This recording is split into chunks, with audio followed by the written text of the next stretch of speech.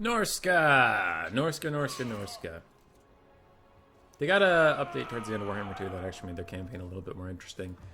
They are a raiding faction, as I think you could imagine. Not as much empire building. You don't really care about your settlements after you take them too much. Just upgrade your home territory, and then that's about it for you.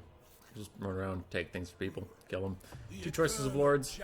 Both are fine. Both play a little differently, but generally same concept of the campaign. You have decent infantry choices, a pretty small roster overall. Skirmish cav, a lot of dogs, a lot of beasts, trolls, skin wolves, big monsters, mammoths. It's fun. I burn out. I burn out after a little bit, but it's fun for a while. My challenge? Yeah. Their map location also isn't that different. They're both up in that little Scandinavia-like peninsula. So, get ready for that. Norsca in general in both game modes has seen a bit of a comeback. A bit. Their Marauder champions got some pretty significant buffs, making them an excellent high-tier infantry for low cost if you consider other high-tier infantry in the game. 1,000's pretty cheap for elite infantry. Their mid-tier infantry is really good with berserkers, and their low-tier infantry is good with marauders, mostly due to the rage passive. The longer they fight in melee, the better they get leadership, melee attack, and physical resist-wise, making them long-term combatants. Their missile infantry are limited, but very good. Armor-piercing or anti-large, either or both are fine. Your infantry is solid across the board. It is also generally low armor. Even your elite infantry have 80 armor, which is on the lower side for elite infantry, making you susceptible to line spells, so make sure you're watching out for Burning Head or something and try to dodge. Lords and heroes. Norsca is plagued by a dearth in Lord options. Marauder Chieftain, if you want to go cheap. Wolfric in general has been kind of sliding from favorability. He's an okay duelist, but Seafang sucks right now. If it's ever good, then he'll be good again. And his Hunter of Champions is a good debuff, but he himself has a hard time following up on it with no healing and low armor piercing unless you put him on his Mammoth or Chariot, which are both pretty bad dueling mounts. Throg has been making a resurgence. With Frostbite now on his hammer, he has anti-large, he has armor piercing, a pretty good Vomit Breath attack spell that got changed into Warhammer 3, so it's actually not dog shit now. And regen. So Throg's okay, especially if you cut him down to just what you want. He can be cheap-ish. He's a fine lord. Your heroes are good. A lot of rosters I've gone through, I said the heroes are pretty bad. This is one of them, but the heroes are good. Skinwolf Werekin are underrated in my opinion. They're very strong bodyguards and or hunters. Anti-large armor piercing. And I think they have an item that just straight up gives them armor. Yeah, 23 armor constantly, and then it also gives it to everybody around them.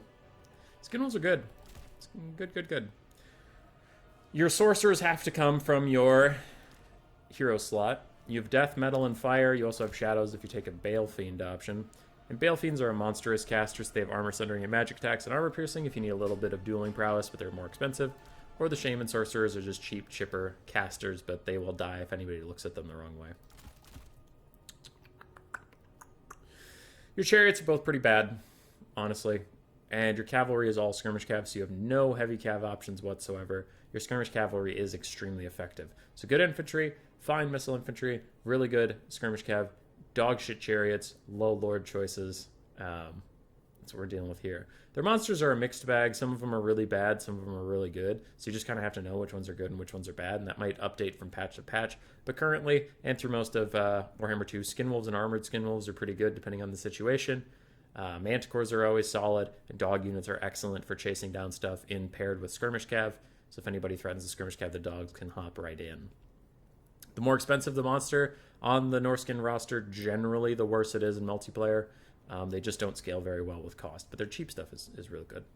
Real good. So if you're playing as Norsca, take a really solid front line.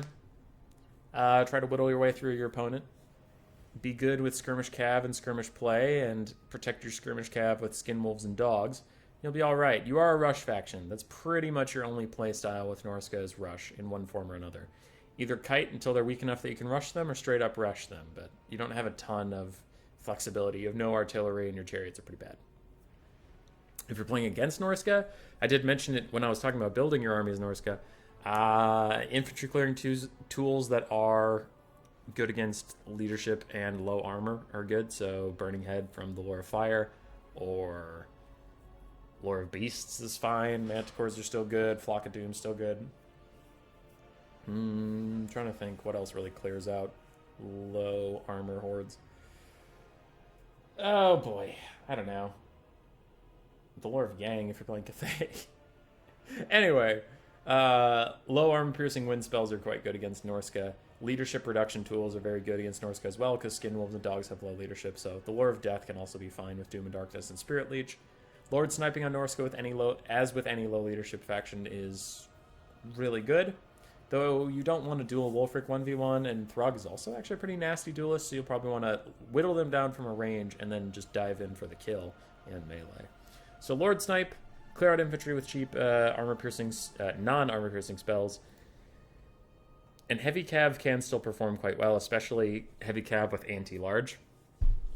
Just watch out for the skirmishers. Don't, stay in a fight for too long while you're getting shot by skirmishers, but yeah, that can lead you to victory against Norsca. Oh, also armored frontlines are pretty strong, because Berserkers don't have good armor piercing, Marauder Champions don't have good armor piercing, so unless they take the Marauder Champions with great weapons or the Marauders with great weapons, an armored frontline will actually serve you quite well. Alright, hope that helped. Roar! Subscribe, yes, yes.